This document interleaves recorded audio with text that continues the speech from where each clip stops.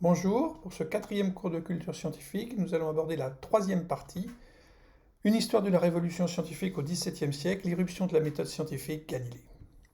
Donc la mécanique galiléenne ou la mécanique terrestre, qui est le complément de la mécanique keplérienne, la mécanique du ciel, et puis Newton, Isaac Newton, qui va synthétiser les deux mécaniques dans sa mécanique newtonienne. Donc Galilée est né en 1564, il est mort en 1642, il a vécu longtemps, plus de 70 ans. Et donc en 1600, il a 36 ans. Et en 1633, il a 69 ans. C'est la date de son procès. Donc Galilée est le chouchou des historiens des sciences, puisqu'il aborde toutes les problématiques, comme l'on dit en culture, dans le domaine de la culture, donc les problématiques, les questions qu'on se pose, donc autour des sciences, la politique, l'idéologie, la technique. Donc les sciences, évidemment, il va s'opposer aux aristotéliciens, l'Église, et donc lui, il va plutôt basculer dans le copernicianisme. Il aura aussi un questionnement autour de l'atome, qui ne sera levé qu'au début du XXe siècle, mais on voit bien que Galilée a compris quelque chose au niveau de la nature des choses. La méthode scientifique, il applique la méthode de son époque, qui est nouvelle, avec la méthode cartésienne, Descartes. Les techniques, c'est quelqu'un qui va utiliser les techniques de son époque, mais le plan incliné, par exemple, pour la loi de la chute des corps, la lunette astronomique, on pense qu'il a amélioré la lunette astronomique, il l'a surtout tournée vers le ciel. L'idéologie, évidemment, son procès en 1633, il se heurte aux idées religieuses, les idées scientifiques des religieux provenaient d'Aristote, ils avaient adhéré à l'idée d'Aristote, et donc l'aristotélisme va s'avérer être faux, et Galilée va prouver qu'effectivement il apporte des preuves au système copernicien, et c'est là où va arriver son procès. Donc les jésuites qui vont être des soutiens au départ, et puis qui vont finalement être ses ennemis. Voilà, on verra ça tout à l'heure. La politique, c'est quelqu'un qui n'est pas riche, Galilée, il a besoin d'argent pour faire vivre son laboratoire de recherche, entre guillemets, il a besoin d'argent. Et donc il va passer de prince en prince, de ville en ville, et on le voit beaucoup à Florence, auprès des Médicis. Il va faire partie d'une académie, une des premières académies probablement de scientifiques, l'académie des Lindsay, des lynx, des gens qui voient loin. Voilà, alors tout ça, c'est des histoires d'argent. Bien sûr, il faut qu'il vive son salaire, la légitimité aussi, lorsqu'il est proche d'un prince comme les Médicis, prince célèbre, avec beaucoup de pouvoir, eh bien sa parole porte. La mécanique aristotélicienne, donc Aristote avait dit il ne concevait que deux types de trajectoires pour les corps.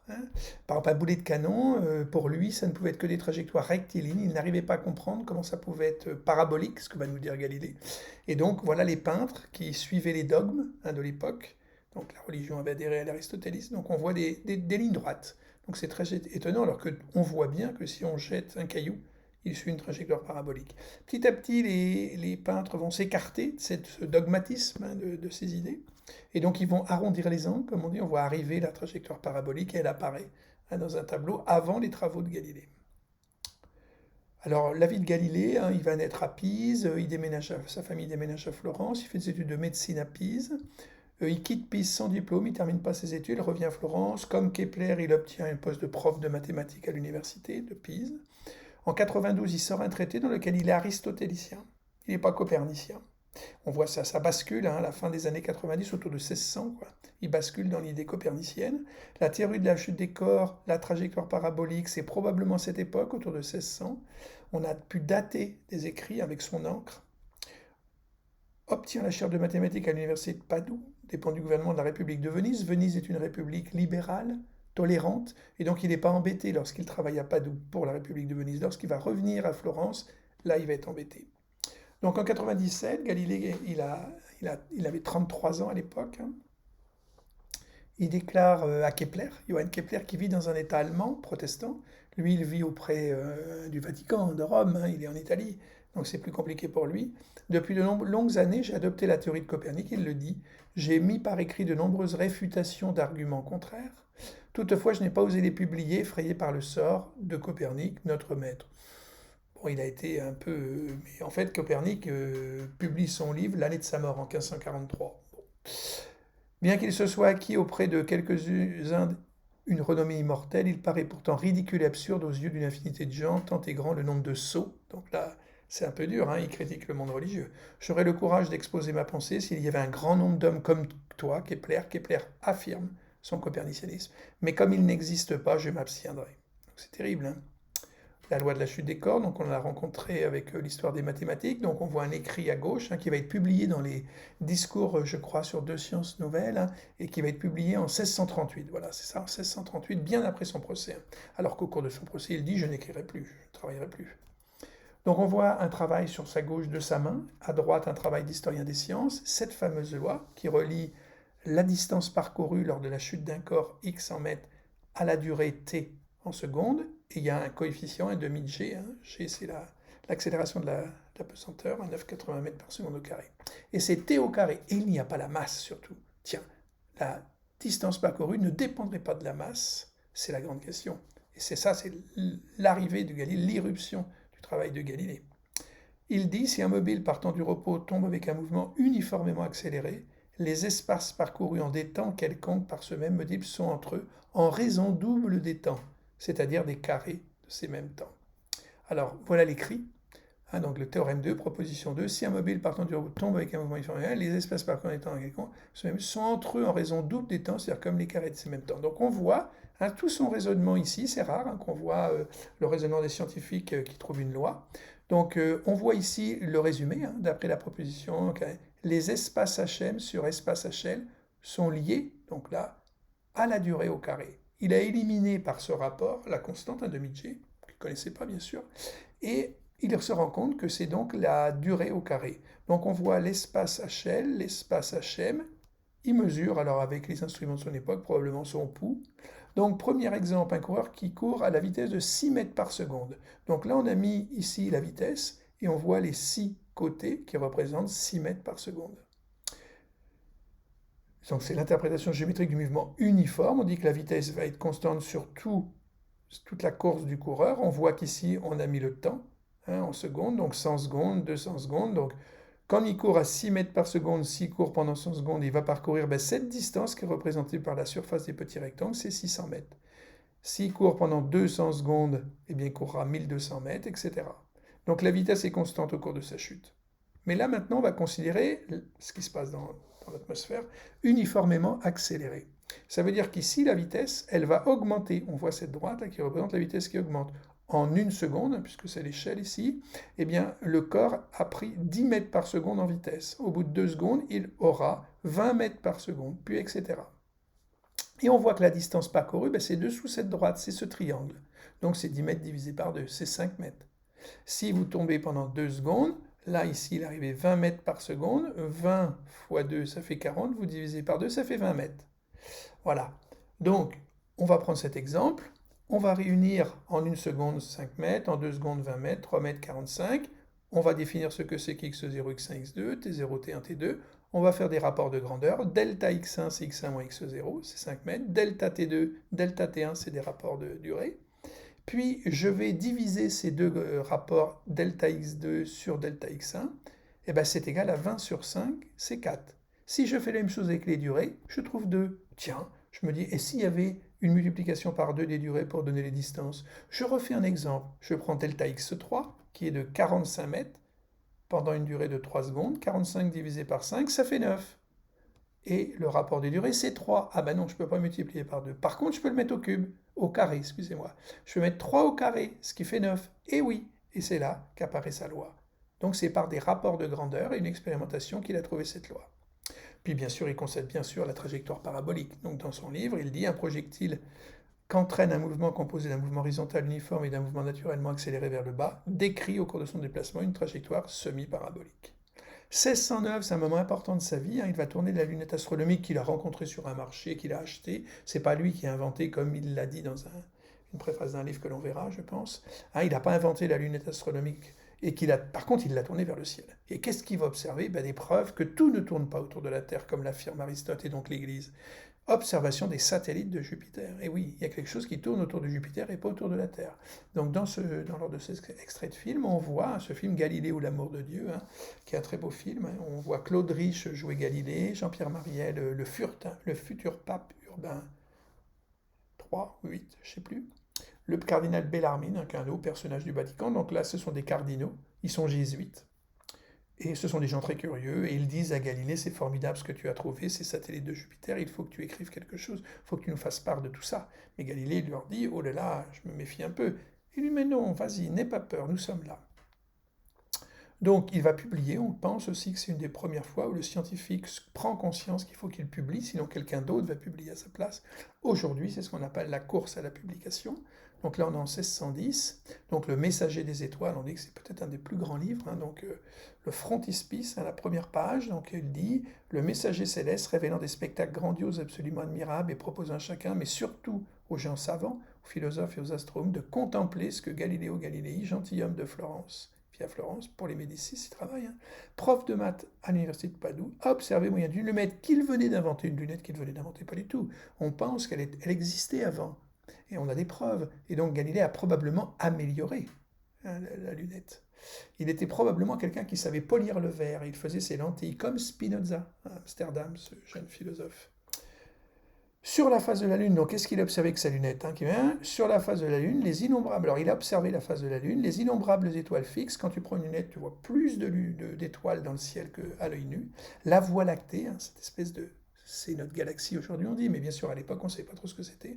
Les nébuleuses, donc voilà, on ne savait pas trop ce qu'étaient toutes ces choses qu'on vit dans le ciel. Mais avant tout, sur 4 planètes qui tournent autour de Jupiter à des intervalles avec des périodes différents et à une admirable vitesse, ces planètes que nul n'avait connues jusqu'à ce jour. Oui, l'auteur a été le premier à les découvrir tout récemment et il a décidé de nommer Asmédicéen.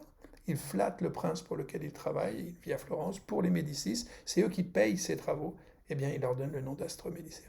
Voilà la lunette qu'il a utilisée, qui est toujours au musée des Offices à Florence, dans le musée. Vous pouvez l'observer. Donc Galilée va observer la surface de la Lune et les satellites de Jupiter en 1609 à l'aide de cette lunette. Donc en 1611, il entre à l'Académie d'Ailinsay, à l'Académie des Lynx, donc il est connu, bien sûr, il est récompensé, je ne sais pas comment dire. C'est quelqu'un de très connu en tant que scientifique. 1612, Galilée va publier un discours sur les corps flottants. Pourquoi la glace flotte-t-elle à la surface de l'eau? Donc lui dit c'est parce que la densité de l'eau est inférieure à celle... La densité de la glace est inférieure à celle de l'eau. Et en face de lui, il a un scientifique qui est proche de la pensée aristotélicienne. Et il va y avoir un repas où il y a Cosme de Médicis, le grand prince, qui assiste à ce repas. Et Galilée et je crois que c'est Del Colombe peut-être en italien, ils vont s'affronter.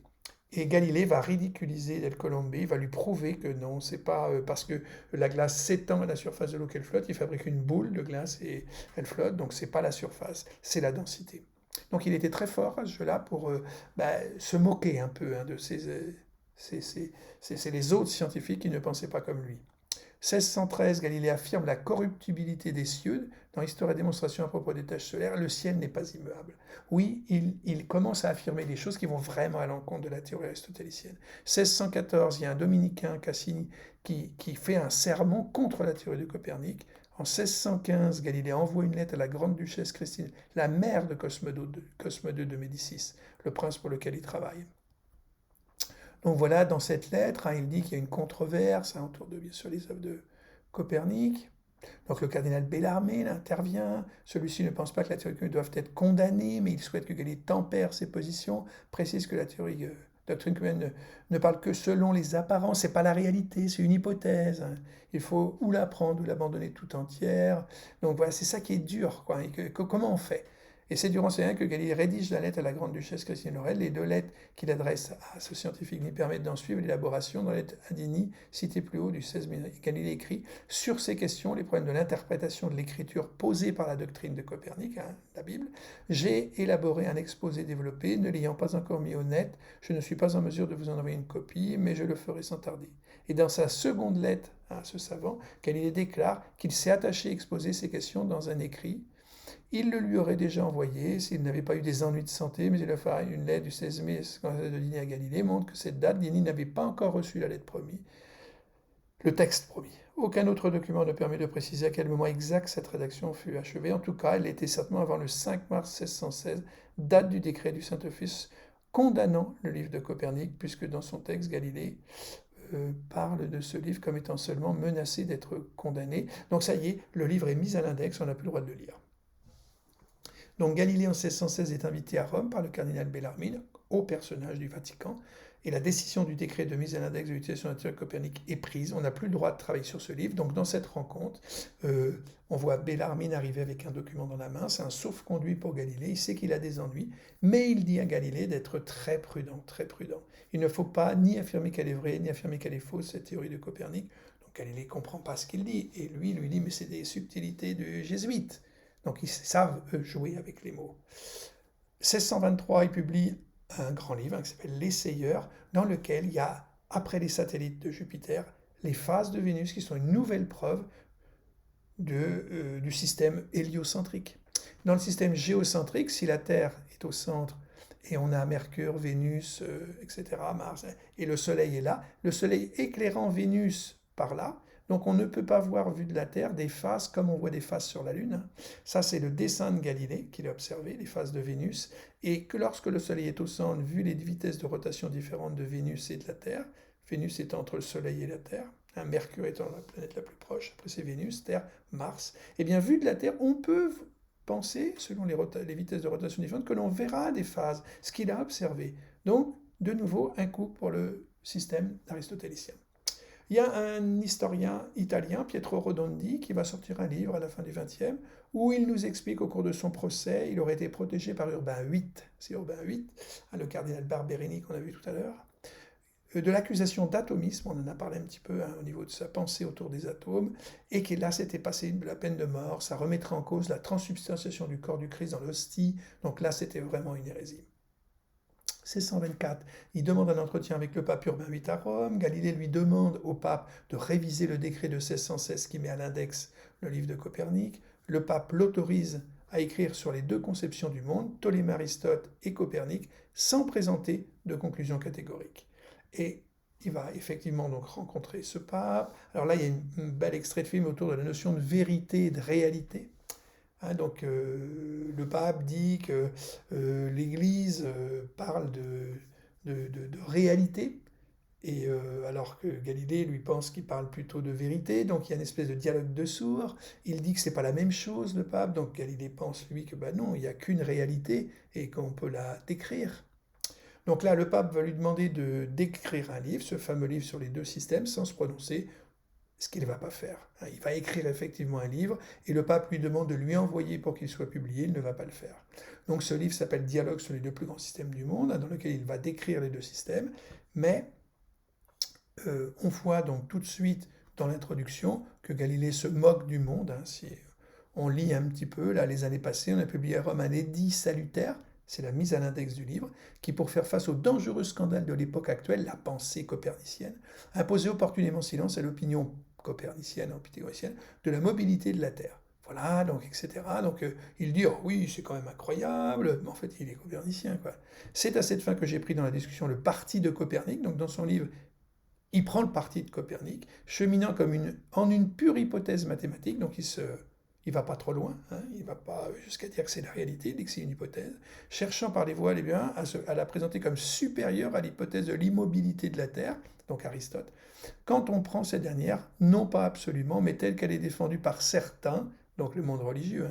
Donc c'est assez étonnant ces propos, c'est très ambigu, quoi. Je traiterai de 3 thèmes principaux. Je serai d'abord à montrer que toutes les expériences qu'on peut faire sur la Terre sont insuffisantes pour conclure à sa mobilité, donc, mais aussi qu'elles peuvent indifféremment s'accorder aussi bien avec la mobilité de la Terre qu'avec son repos. Donc il ouvre un peu la porte.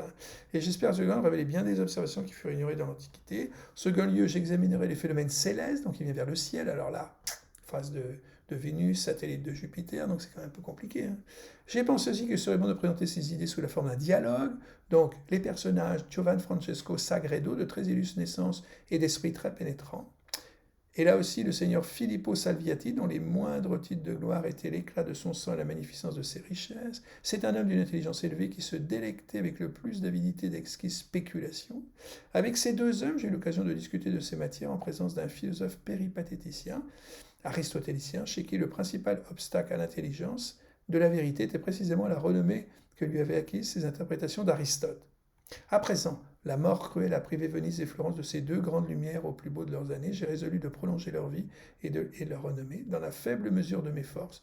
En les présentant dans les pages qui suivent comme les interlocuteurs du débat, il n'y manquera pas non plus le bon aristotélicien, auquel, en raison de son affection excessive pour les commentaires de Simplicius, il m'a paru convenable de laisser le nom de son auteur révéré et de taire son propre nom. Donc il l'appelle Simplicius Simplet, le défenseur d'Aristote de l'Église. Donc déjà ça tombe mal. Ils prirent donc la sage résolution de se rencontrer pendant quelques jours et abandonnant toute autre affaire, ils se complurent à contempler méthodiquement les merveilles de Dieu au ciel et sur la terre. La réunion eut lieu dans le palais de l'illustrissime Sagredo, quand ils en eurent fini avec les nécessaires.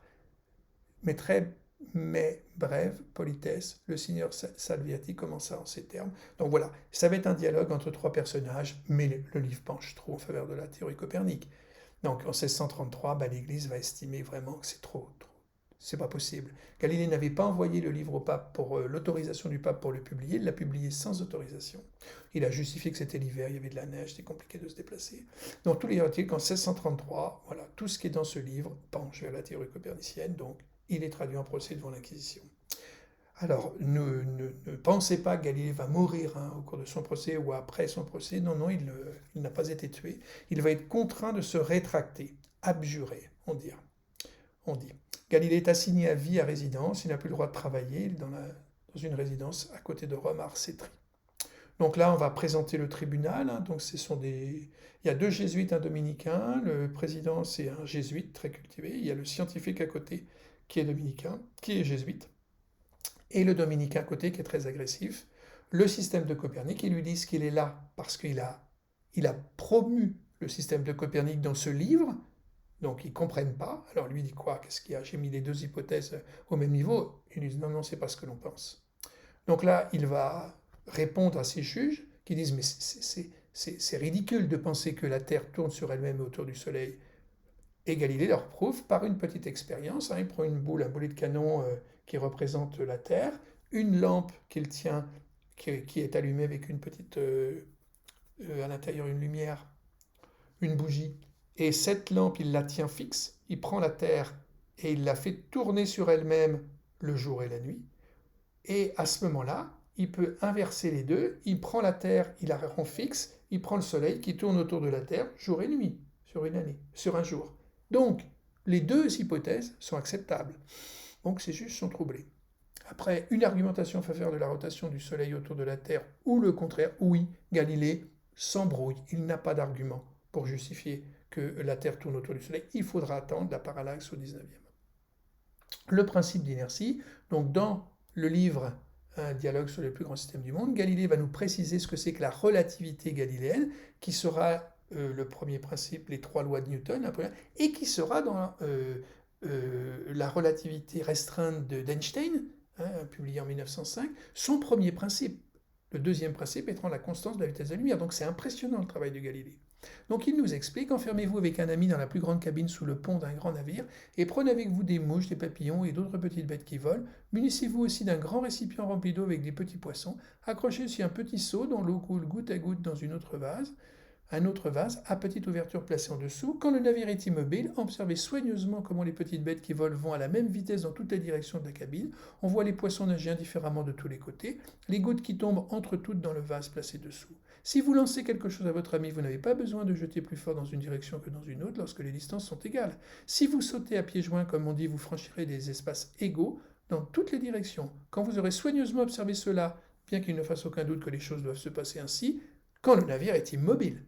Donc quand on est immobile, dans la cale d'un bateau, les petits poissons qui nagent, oui, pas de problème. Vous jetez quelque chose à un ami dans toutes les directions, c'est pareil.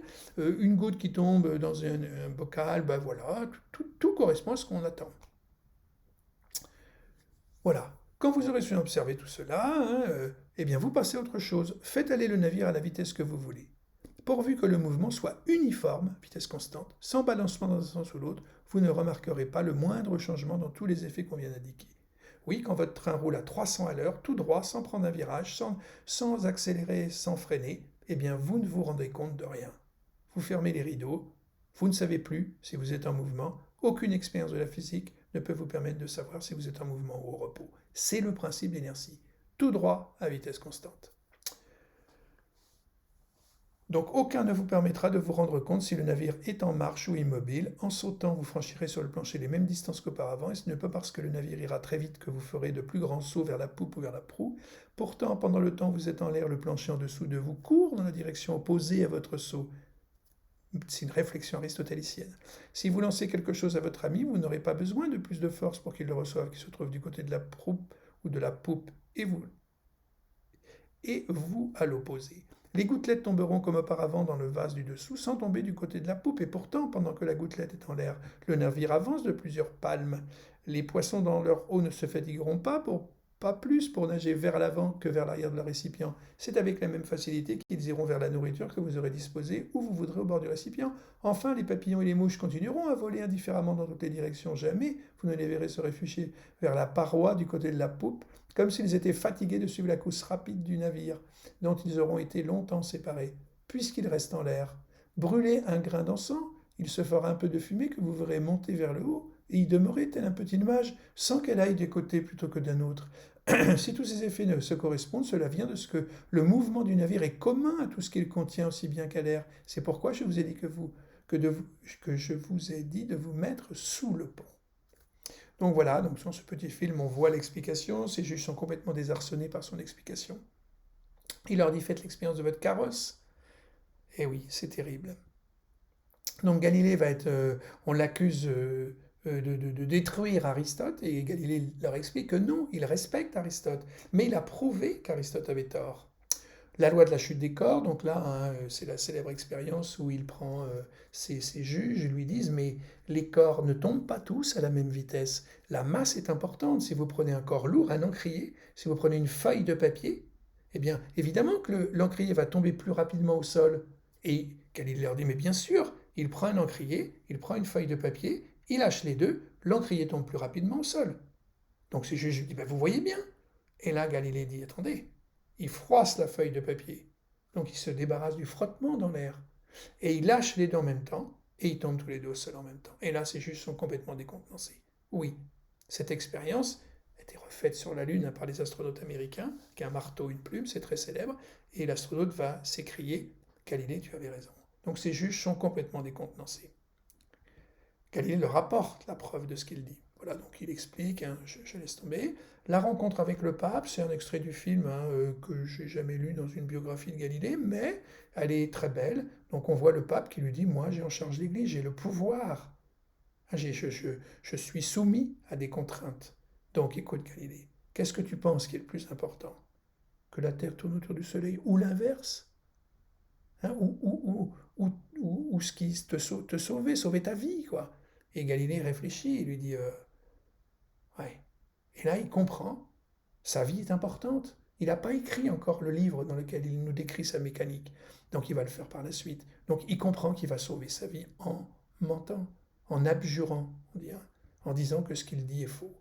Donc voilà, l'acte d'accusation, on l'accuse d'hérésie.